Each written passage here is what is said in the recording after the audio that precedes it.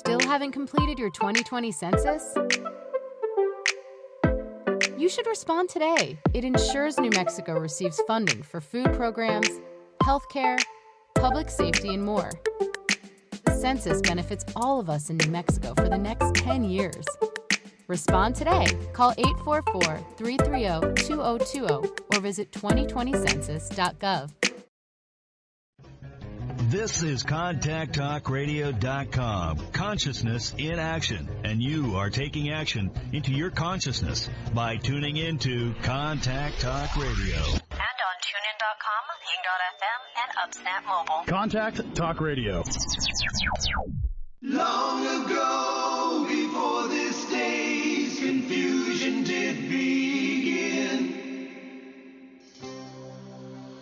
throughout the stars did we go wandering. Distance was no barrier, and time it had no hope. Free to come and free to go. Free to come and free to go. Open up the book of stars. Open up the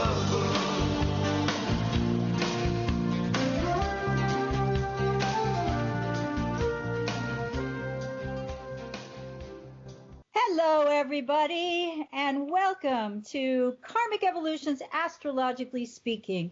I'm your host, Sherry Horn Hassan of Karmic Evolution Astrology, coming to you on May 14th, 2020 from Contact Talk Radio.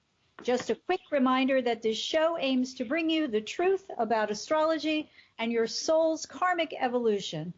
Today, my guest is Daniel Fiverson, Santa Fe, New Mexico-based professional evolutionary astrologer, writer, and lecturer, who I'll be introducing properly in just a few minutes, and who's here to talk about the recent nodal shift into Sagittarius and Gemini.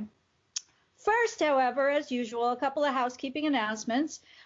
Just a reminder that you can access previous show recordings either on your favorite podcast station or at www.karmicevolution.com under the banner radio show on the upper right-hand corner.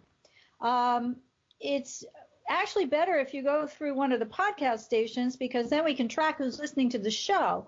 But either way, if you missed a show and you want to listen to the archives or you want to listen live, you can still go onto the website.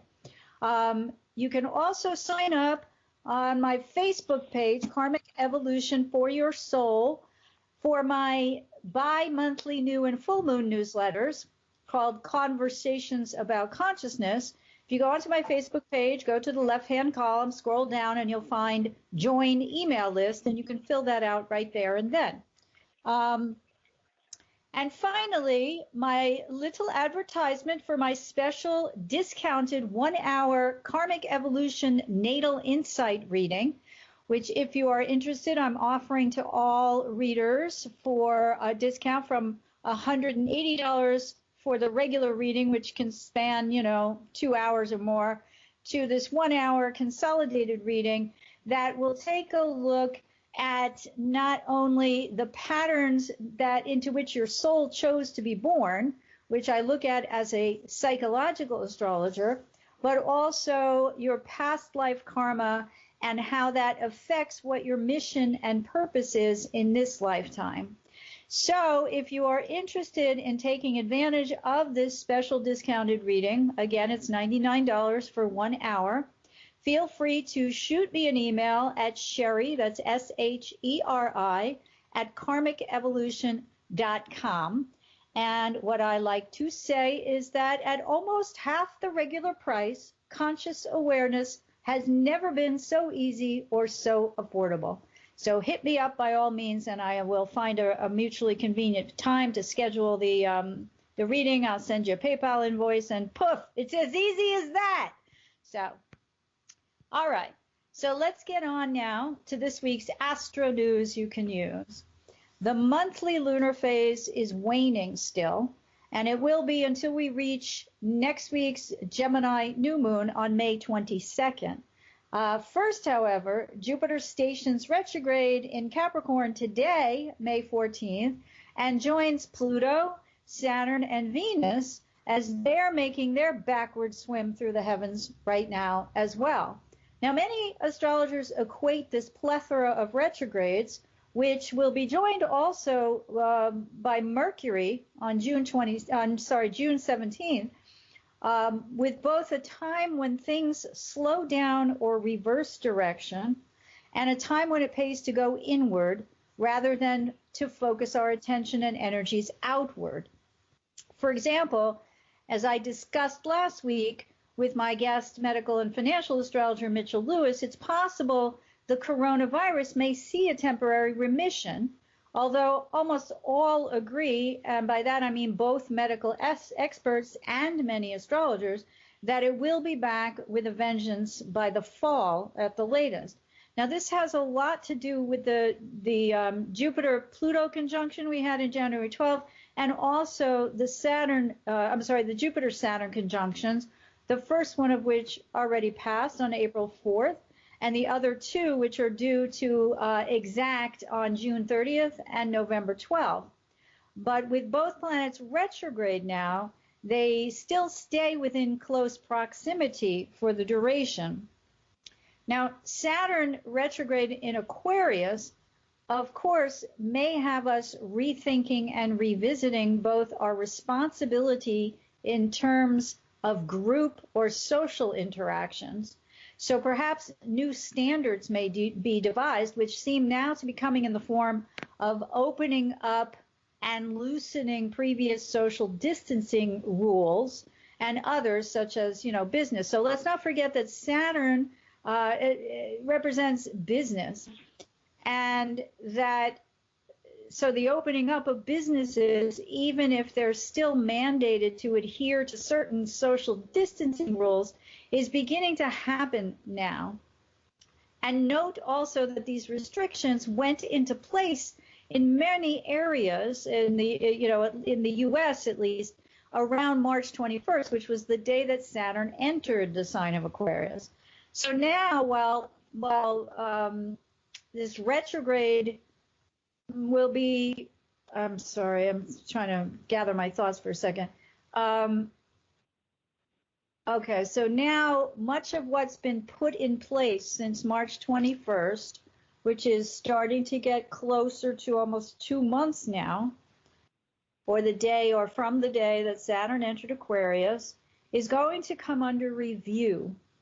And it may result in what we've already begun to see, which is a kind of obvious fight between what the government says in terms of reopening or adhering to what scientists and medical experts say.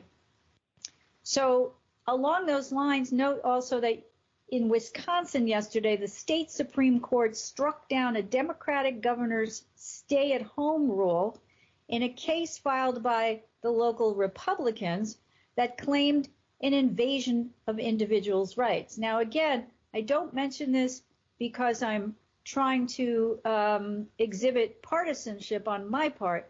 I mention it because it's in the collective, in the form of news, and that we can see how the heavens mirror down to the earth, and the earth shows us the results on a wider scale than just a personal one. Of course, these things can affect us, each of us personally, depending on our location. If you live in Wisconsin, it's personal. However, that this is an issue that is reflected in the heavens.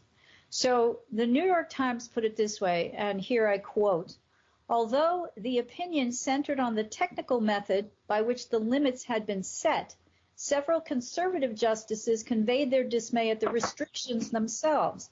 This comprehensive claim to control virtually every aspect of a person's life is something we normally associate with a prison, not a free society governed by the rule of law," Justice Daniel Kelly wrote in a concurring opinion.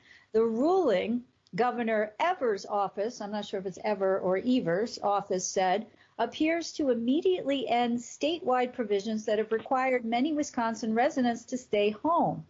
Within hours of the ruling, some taverns were making plans for reopening, the governor's office said. This turns the state to chaos, Mr. Evers said in an interview. People will get sick, and the Republicans own the chaos. So again, remember, Saturn represents restriction, while Aquarius is associated with freedom and independence. So here, as Saturn begins to approach its square to Uranus, the modern ruler of Aquarius, by February 2021, which is something else that Mitchell Lewis pointed out last week in his discussion with me, or his interview where we talked about the markets as well as the pandemic, we have the beginning of the buildup of a tension between rules and laws and individual rights and freedoms. Now, that's not to say this hasn't been going on for a while, but obviously this pandemic and its resulting occurrences have been strongly affecting this argument between laws and individual rights. Now, further, Jupiter, which represents law as well, conjoined to Pluto, for the most part now in Capricorn, grapples with much of the same energy though in a slightly different way. I mean, Pluto wants transformation, and Jupiter wants the truth as it comes to us from greater awareness about the meaning of life, which to me translates into growth in consciousness. So as these two dance together between now and their next exact conjunction on June 30th, and then again on November 12th, we have the capability on the positive side to expand our knowledge, which is Jupiter, about what needs to transform Pluto in our lives to accomplish greater soul growth. However, on the negative side, we have power grabs as those afraid of losing power desperately attempt to hold on to it via greater legal and social restrictions. They're transiting through what sign? Saturn-ruled Capricorn. Witness this also as Congress debates now, or delays the debating, particularly with all these retrogrades, of the option of legislating greater income supplementation for those who've lost their jobs versus the other side's opinion that deficit limit restrictions on the federal budget must hold steady or certain gloom and doom may prevail. You know, the budget deficit hawks, we can't, what if the government has to default? The reading that I've done shows that most of the quote unquote sane economists believe that when interest rates drop to below zero, it's fortuitous for the federal government because it can borrow more money and not have to worry about being burdened by huge, heavy, long-term interest rates.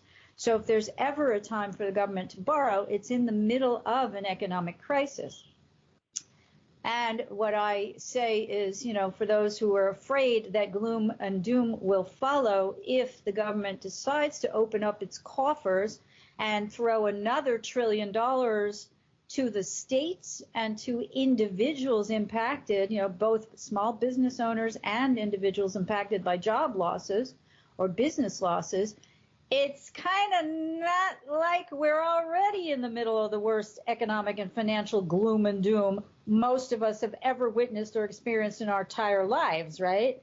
So it's like they're painting a picture of a budget deficit that will bring gloom and doom, but we're already in the middle of the gloom and doom. So it's like, get real, right?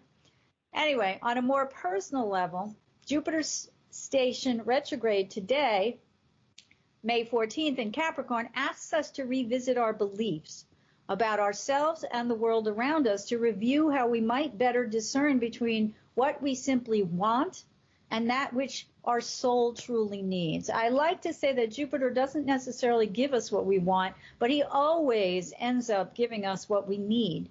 The trouble is we may often uber focus on the former and completely disregard the latter. Or, what I find is we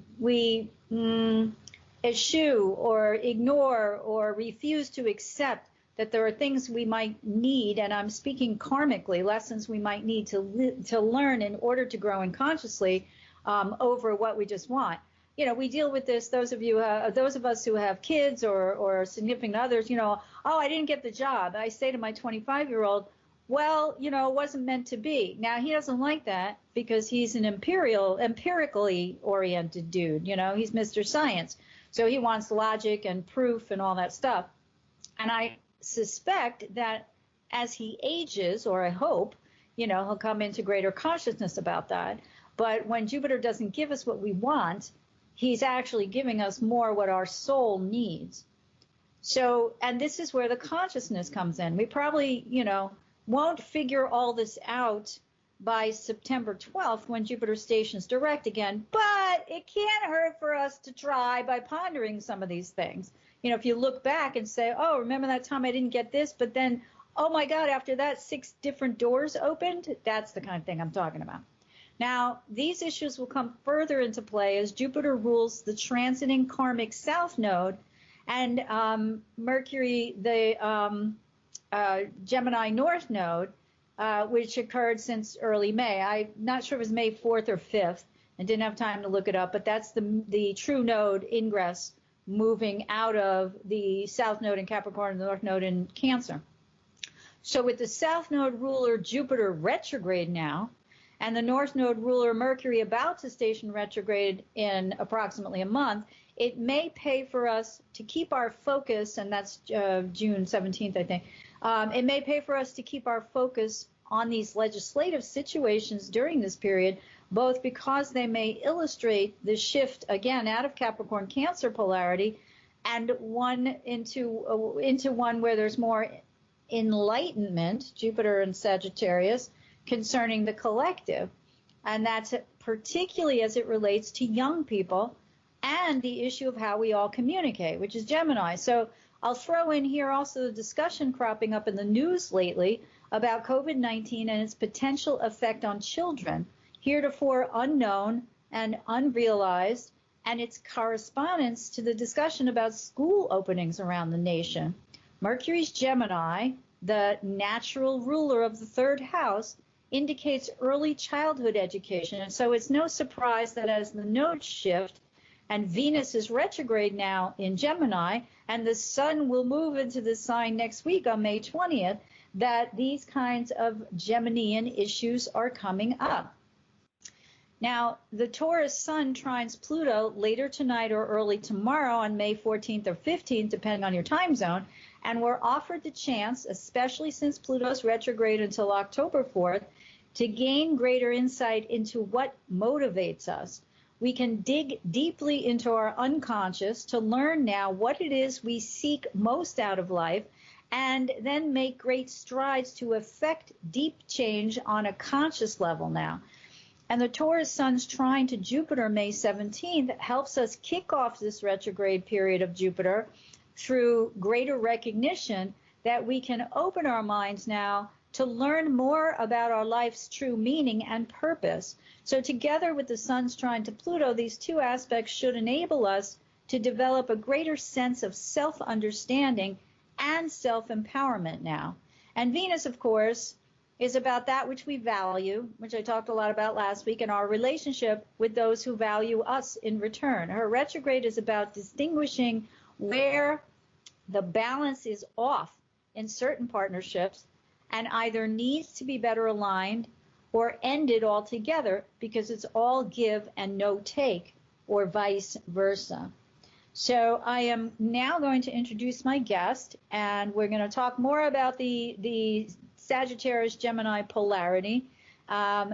Santa Fe, New Mexico-based evolutionary astrologer Daniel Fiverson studied astrology and has been a metaphysical practitioner of the I Ching and Tarot since the Uranus-Pluto conjunction of the 1960s. Daniel's studies began with the writings of Dane Rudyard in the 1960s and expanded exponentially when he encountered evolutionary astrology and the work of Jeffrey Wolf Green and his School of Evolutionary Astrology. He uses mythology and astronomy to inform his astrology and incorporates the teachings of psychological and classical astrologers such as Liz Green, Howard Sasportas, Rick Tarnas, Brian Clark, Austin Coppock, and Demetra George into his work as well.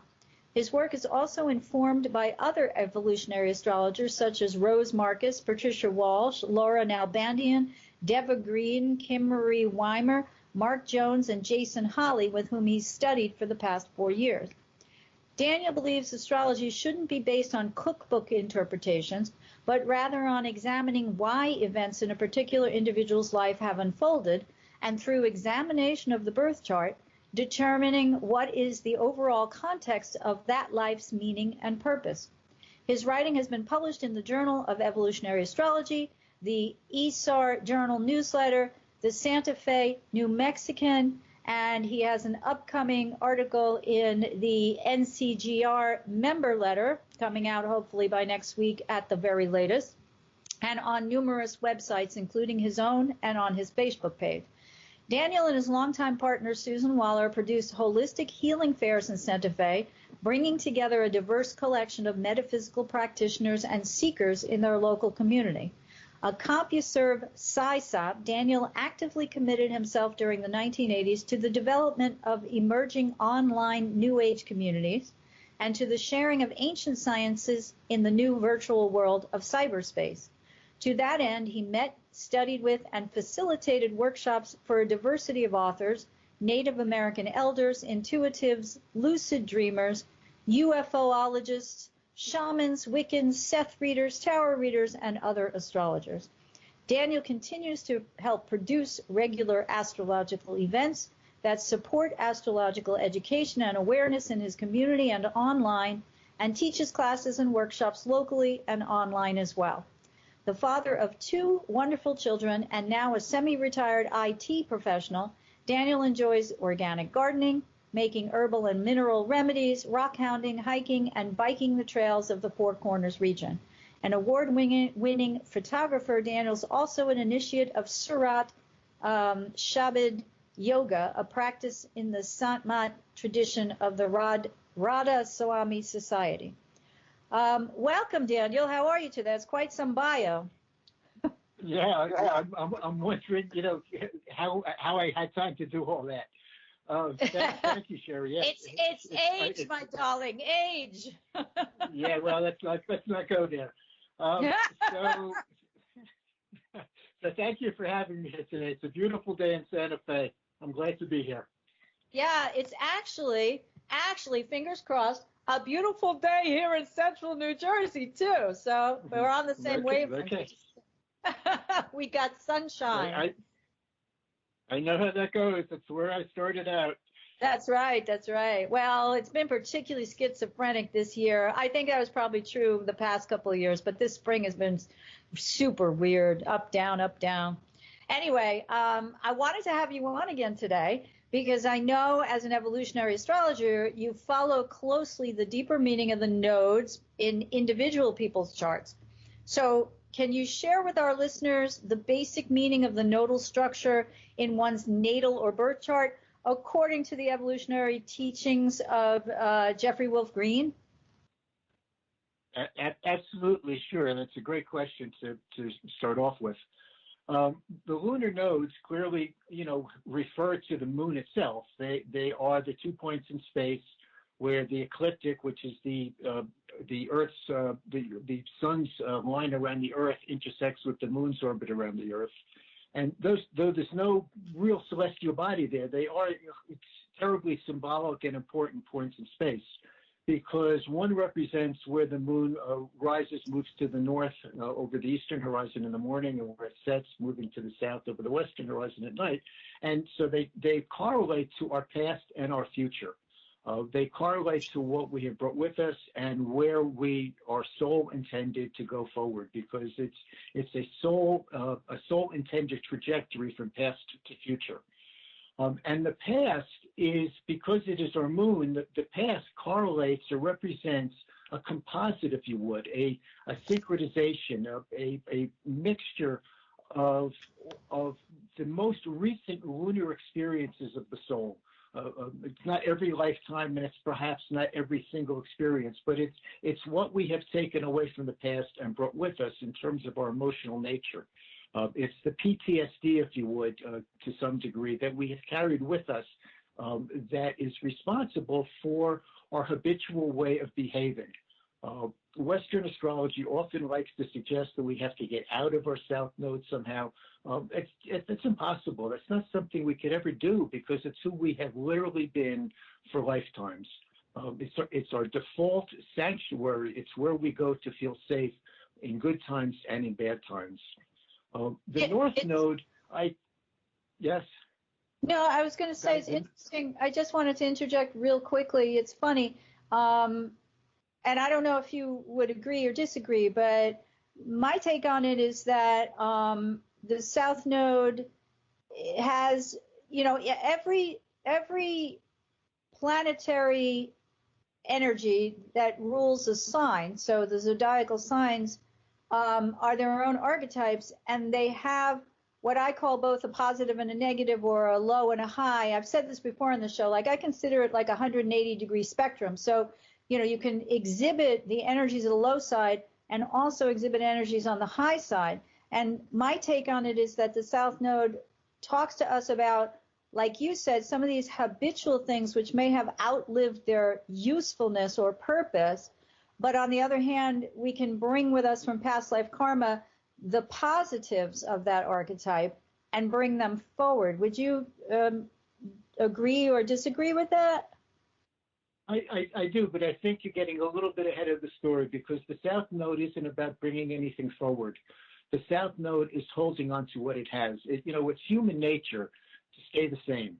We will stay in a relationship, we'll stay in a job that we know stopped working, no longer works for us some time ago, but it's safe. And the pain that we're experiencing is a known pain. We've learned how to numb it. We've learned how to compartmentalize it, literally push it down into our underworld and push it down into our subconscious so we don't have to deal with it anymore. Well, a new job, a new relationship is fearful. So when the pain becomes greater than the fear, we will change. And right, that's what happens. But my point is that I agree with everything you've just said. But what my point is that because we've lived many past lives, do you think that the South Node carries in its archetypal meaning also some of the positives of that sign, whether you're looking at it as taking that and moving forward with it or not? Or is it all just what we need to leave behind? Oh, no. Oh, of course. No, I agree with that. But the important pieces of those fruitions, that I call them, those things that we have accomplished, how we have realized and self-actualized the higher expression of that archetype, that's what becomes embedded in the North Node. Those are the things that are going to pull us forward. In terms of all the planetary archetypes, I would, just to digress, I would suggest that whatever relationships the moon had in the past to Mercury, Venus, and Mars are going to play out. In other words, they're all embedded, but it's a second level of embedding, if you would. And from my perspective, it's primarily about the inner planets, because we, as human beings, we still don't have the consciousness able to receive the higher frequencies of the outer planets directly. It's just like we can't hear radio signals or see much beyond the visible light spectrum, and we know that there's many more frequencies in the spectrum of light than we can see. And it's the same way with these astrological frequencies. So when an outer planet, it touches in some way an inner planet, that's when we feel it. But anyway, I digress. So the North Node, if you would, from my perspective, is what I call a magical moving sidewalk. It's like that walkway at the airport that we approach with two suitcases. One, in one arm is so heavy, we're dragging it along. No, we don't do that anymore. Everything has wheels. But the other suitcase... The wheels get stuck when you're trying to put it on the moving sidewalk. Yes. But in other words, it's what we're aware of. It's our burden, and that really represents our life lessons. Those are our challenges. In the other arm, we're carrying a suitcase that's so light we don't even know we're carrying it. Those are the gifts that we have that we may not be aware of, or that we are aware of. We don't recognize them as gifts. And those are the things that we have accomplished in the past. And that second suitcase to me, I think, represents what you're describing to me. And it's going to refer in some way to planets that are going to be conjunct or in a facilitating aspect, or really in any aspect of the North Node, but really in a facilitating aspect, but most often a conjunction. So once we step on that walkway at the airport, it takes us to our destination. It's not quite that simple with the North Node, but you have to give the analogy a little bit of wiggle room. It's been seeded and fertilized for us. The soul has intended this direction, and we are in a way magnetically drawn to it. Magnetism is a Venus word, so I don't know if that's entirely appropriate, but we are drawn to it. I'm going to say magnetically. We are drawn to it. And, I like that. That feels right. But we have to be proactive with it, Sharon. We can't just assume that it's working and say, okay, I don't have to do anything. I'm covered, and it's going to happen this way. No, it's not. As a matter of fact, what happens in perhaps the first portion of our lives is circumstances and relationships show up that really are pointing us toward that direction, but we resist them or ignore them for some reason. We're not ready. But they keep coming back again. That's the good news. The ring on the merry-go-round keeps coming around for us to choose it. Right. And when we proactively step towards it, just like we have to step onto that walkway, then we are moving toward it proactively. And this has to do with everything in our lives. Do we respond? Are we just instinctive reactions? Are we just meeting everything with our ascendant? With our first house, this instinct that's a reaction, or are we responding proactively? Are we observing? Are we the observer? And are we actually able to see what's occurring and work with it consciously? And that's the North Node. When we approach it, that's the opportunities and the facility and the future that it can provide for us. Yeah, interesting. Now, I'm going to slightly reword some of the questions I had for you, but given what you said, so we're talking about the nodal structure, which means the nodes in people's individual charts. How does this relate to, you and I both know that the nodal axis, the transiting nodal axis, moves at about 18 and a half months through a polarity of signs and then regresses back to the next set of signs. So right. How does all that you've talked about in relationship to looking at the meaning of the nodes in an individual's life relate to the transiting nodal axis? Well, okay, so our individual axis really it's exactly the same definition. Are we talking about the collective, or are we talking about the individual? We're talking about an evolutionary path, whether it's all of us or just us alone. Right. But in terms of the transit to it, all transits, whether they're a nodal transit, whether it's Mercury, Mars, Pluto, asteroid, Pallas Athena, they all relate back to the natal placement. The natal archetype is always what's going to be unfolding, but it will be moving through a cycle of archetypes. But it will still be holding that original archetype. Does that make sense? So we have to look at the geometry between the transit and the natal and determine, is this a challenge? Is this a blending? Is this a total contrast? What are we working with here to understand how those transiting nodes are affecting our natal nodes and pulling us forward? And the way that it's working through our moon. The one piece that I guess I didn't say in terms of the axis itself in our natal charts or at all, is that it's a synthesis. That the whole point of this is to draw the two of them into a singularity, not a polarity that's pulling apart, but something that's coming together and combining them by working through the natal moon in this lifetime. That is the center. So when we have a nodal transit, whether it's to our own chart or whether it's happening in the world in general, we're going to feel it through our emotional body. Now, that's why we're here. We're emotional beings.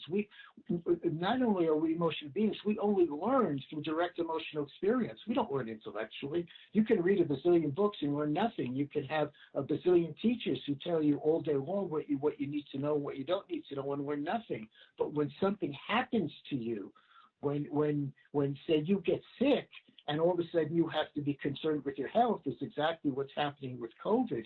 We're having this threat of maybe not, finishing out this year because you have some underlying respiratory condition, and you see what I'm getting at? No, absolutely. This is what causes the growth.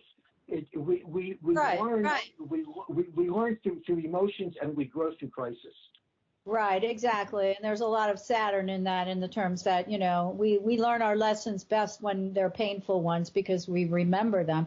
But what I'm hearing you say, and I don't think we're in disagreement, is that the transiting nodes affect a person personally based on where they fall into the chart, which is no different than any other transiting planet in the heavens and what it's affecting or, contacting in our natal chart. But let me move on to asking you, Mal, about a little bit more about the specifics of the move into the Sagittarius South Node and the Gemini North Node. Again, they'll be there for approximately another 18 or 18 and a half months. What do you think is, I think part of my question was going to be about us individually, but I think you answered that already. So the question I have is, what is this energy trying to bring into our collective consciousness? What is it trying to make us conscious of? What we're dealing with is, just to digress, we've gone through the past decade with Jupiter moving through Scorpio and then into Sagittarius. We've had the Me Too movement. We've had all kinds of things be exposed in the news. We've had WikiLeaks. There's been a tremendous outpouring of things that were secrets, of things that were hidden, that had been repressed or depressed or suppressed.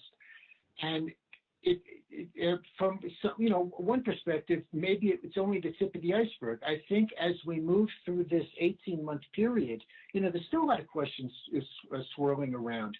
Where did COVID come from? Was it man-made? Is it natural? Did it start in China? Where did it start?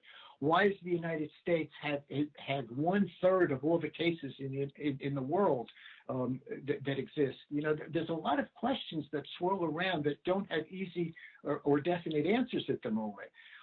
We have lots of questions about politically in our country about what's going on. From the Supreme Court to Congress to our electoral process. All this stuff is going to come up into awareness. It's all coming out of the shadow. It's going to come out of the South Node. The South Node is Gemini. Is about South Node Sagittarius is about beliefs, and a lot of the political polarity. The U.S. is having its Neptune opposition. There's a tremendous polarity of beliefs. It's not just a struggle; it's a clash. An outright clash that could even has in some places fringes on being violent, as some of these protesters go stand on the state capitol steps with their automatic rifles. Right. So, right. So we're reaching a critical point in terms of the beliefs in our country and in the world, and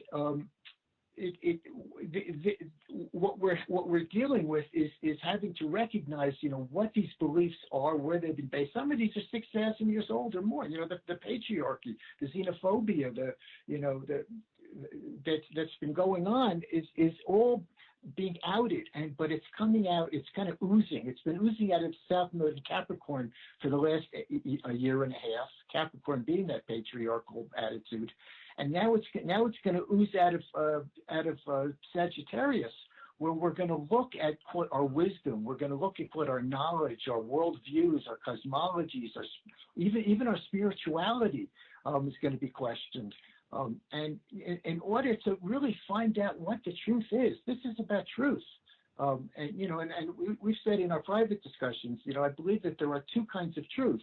There's a personal truth, or a little bit of the truth, a relative truth that we think is the whole truth, that we often want to convince everybody else this is the truth. And then there's the truth that has been, the Hermetic principles, the teachings of the saints, of the handful of truly enlightened beings who have walked on the planet and left some messages for us behind. These are the things that we have to pay attention to, and we all know it in our heart. But we are trapped in a reality which is based in a consensus mentality, and so there's a struggle here to extract ourselves from what we're being told is true and what in our hearts we know is true. I think this conflict between personal liberty and what we need to do in terms of society is also part of this. And it's a hard question for all of us. I have always been a very avid, ardent supporter of, our independence and our personal liberties. But I am in the group that says, no, we need to wear masks in public. I don't care if they're telling us we have to do it and they're going to make us do it. I think there are people who should be made to do it because they're protecting us by putting on their mask. I don't know if they're asymptomatic. I don't know if they're sick. Okay, I'm taking, precautions to protect myself and at the same time to protecting everybody else around me. And I'm expecting the same thing from everybody else. Maybe that's too much to ask. I don't know that can be legislated. I think that's something that we all have to come to on our own because it's the right thing to do. Well, I think that comes down to, I mentioned this either last week or the week before, I don't remember, that Saturn now in Aquarius, although he will retrograde, for the second half of this year back into Capricorn again. But, where does our responsibility lie in terms of society in general? So that's exactly why we're having this argument right now, in my opinion, because that's the movement of Saturn into Aquarius. Do I sacrifice keeping my business closed for the health and well-being of the general population, or do I not owe them a goddamn thing? And it's one for all and all for one. And now when that conversation, as it's recently shifted to schools, I just last night was watching the news and, listening to some of that conversation and President Trump's remarks and things like that. And Dr. Fauci, who just testified recently. And I thought, okay, well, my kid's 25. I don't have to worry about that. But I went back in my mind to thinking, what if he was 8 in grammar school? What if he was 13 in middle school?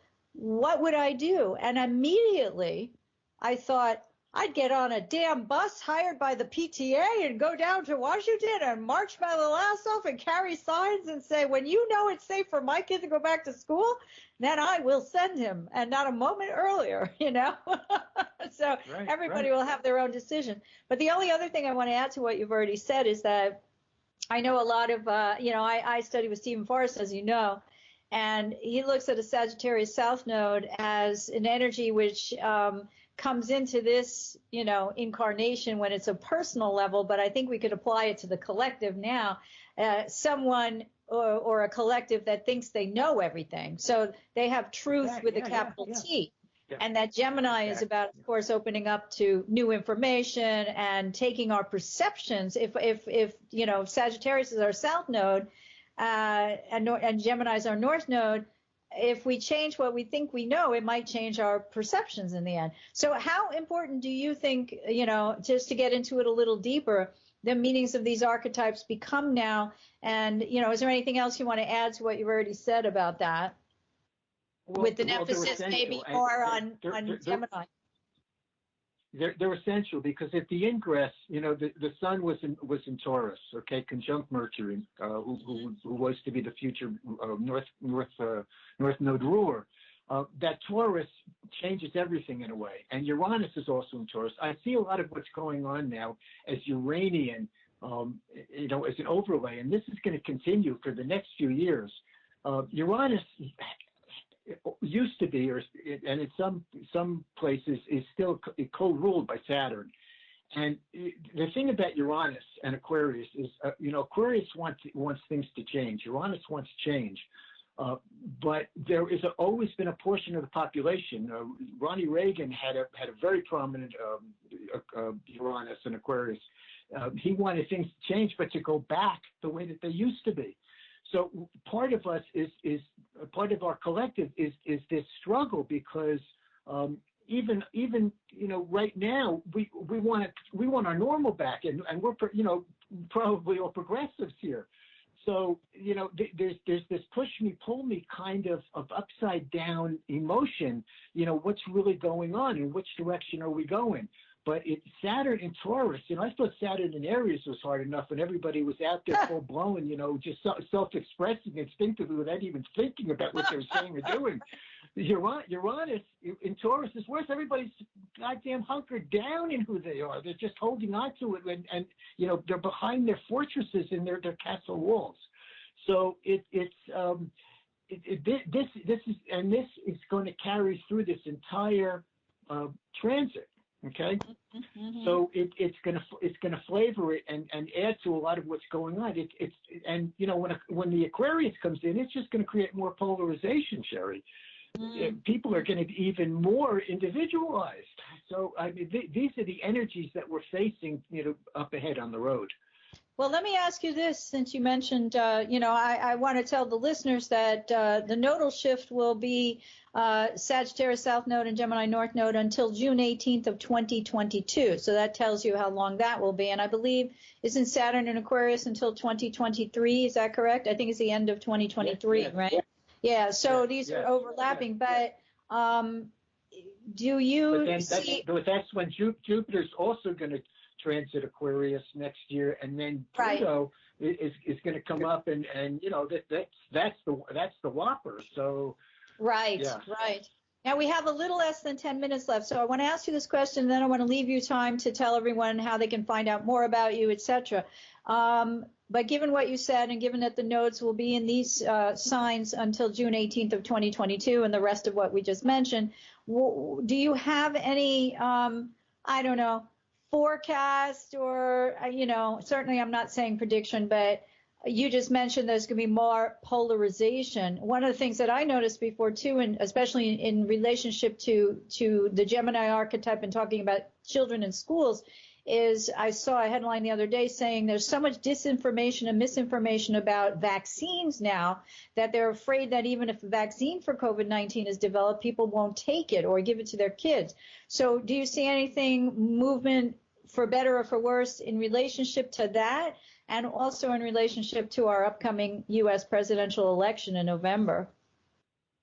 All right, those are big questions. The truth about vaccines, from what I have seen, my own personal experience and what I've seen, read about, is that you really don't need anything to heal yourself from COVID. If you have some other underlying condition, that's what really needs to be fixed. But COVID, in some cases, is not even worse than a bad cold. And what they're doing here in the hospitals is that if you are tested positive, they just send you home and tell you to stay in the house and self-quarantine. Right. It's a very, very conservative therapy procedures. In terms of the elections, I have some serious concerns about the elections, Sherry. And, I don't want to sound, like I'm totally pessimistic, but, already we've had primaries that have been delayed. We are in a very, very strange time. I almost expect Rod Serling to step out from behind the curtain at any moment.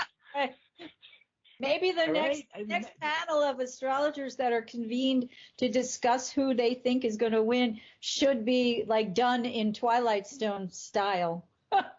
Well, that's it. I mean, it's totally surreal. And as far as I'm concerned, everything's up in the air, Sherry. And I know that this is a hard thing to think, even encompass. But I just don't know what's going to happen.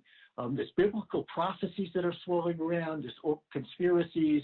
I hate the word conspiracy because I don't want to even get into it. But, things just aren't right with our world. And what we're going through, really, bottom line here, is this is a healing crisis. If we come at this from a higher perspective, we're going through a healing crisis. the healing, the crisis is going to deepen. You've said it yourself. Astrologers are saying that we know it's going to have just from common sense. They're opening up the churches. They're opening up the beaches. They're going to open the gyms. I want them to open the gym, open the movie houses and the restaurants. And what do you think is going to happen? It only takes one person to start a pandemic. What are they thinking? Right. So, all right. So it's going to escalate again. But what it's doing is this is Eris. We talked about Eris the last time I was here. Eris creates chaos in order to generate enlightenment, in order to bring about change that could not occur in any other way. It's very Plutonian in a way. She's right there with Pluto, but she's 3 times the distance of the Earth from Pluto, but she's got a very Plutonian archetype going on. And so she is going to create this discord, this chaos, this shakeup. That chaos has the potential, the capability of making us rethink everything. When everything's thrown up in the world, thrown up the air, and the pieces land on the ground, we only pick up the pieces that we want, and that's really what's happening to us now. But it's painful, it's difficult because we didn't ask for it. It's hard to go through it, and we've put it off for 6,000 years. So think about it. I mean, there's a lot of pent up emotion here. This is a very, very powerful moment we're passing through, and I think the next not 18 months or 1 year, 18 months, but the next 3 to 5 years are probably going to be some of the most epic, eventful times in not just American history but world history. And wow. It's wide open. It's wide open, Sherry. It's right. The last time, when every time that Uranus has moved through the last degrees of Taurus and into Gemini, the United States has been at war. That's a very, very inconvenient truth. Yes, Very I know. I'll have to have, I've heard several astrologers say that and document it with, facts and data. But listen, we got about 4 minutes left. So can you please tell everyone listening more about your upcoming schedule, your webinars, your lectures, your classes, how they can sign up for your regular newsletter and keep track of what you're up to, or book a reading with you?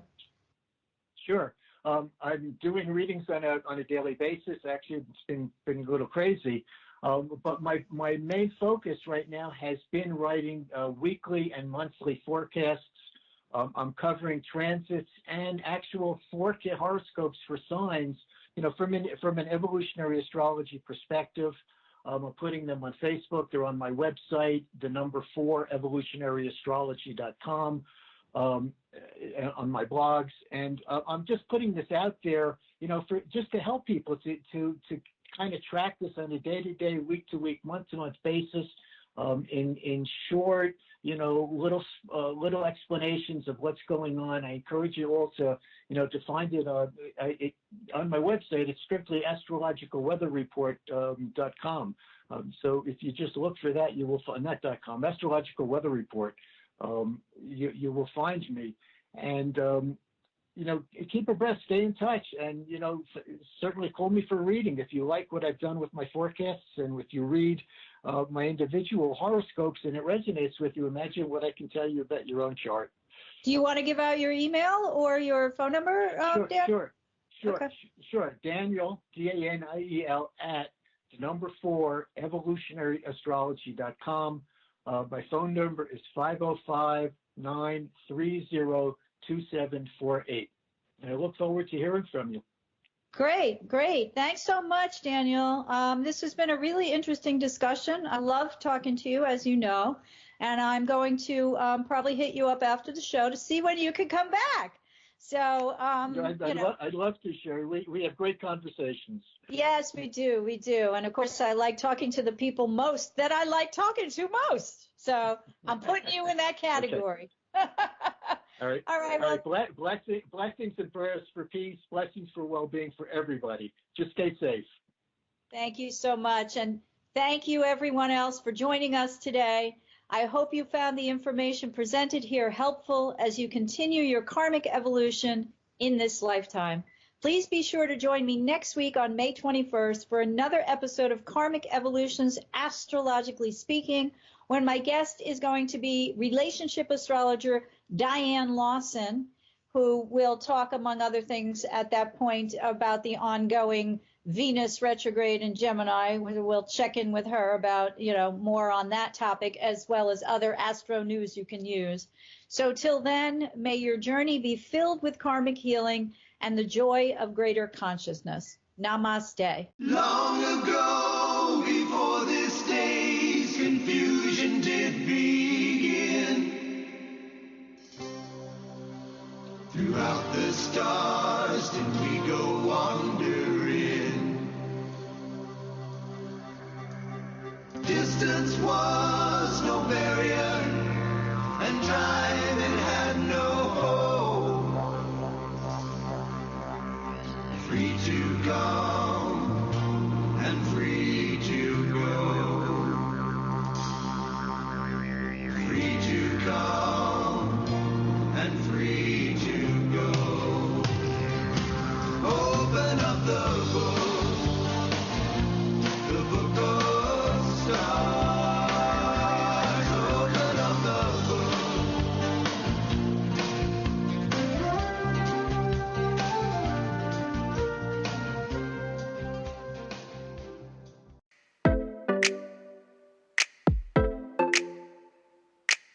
Still haven't completed your 2020 census? You should respond today. It ensures New Mexico receives funding for food programs, healthcare, public safety, and more. The census benefits all of us in New Mexico for the next 10 years. Respond today. Call 844-330-2020 or visit 2020census.gov.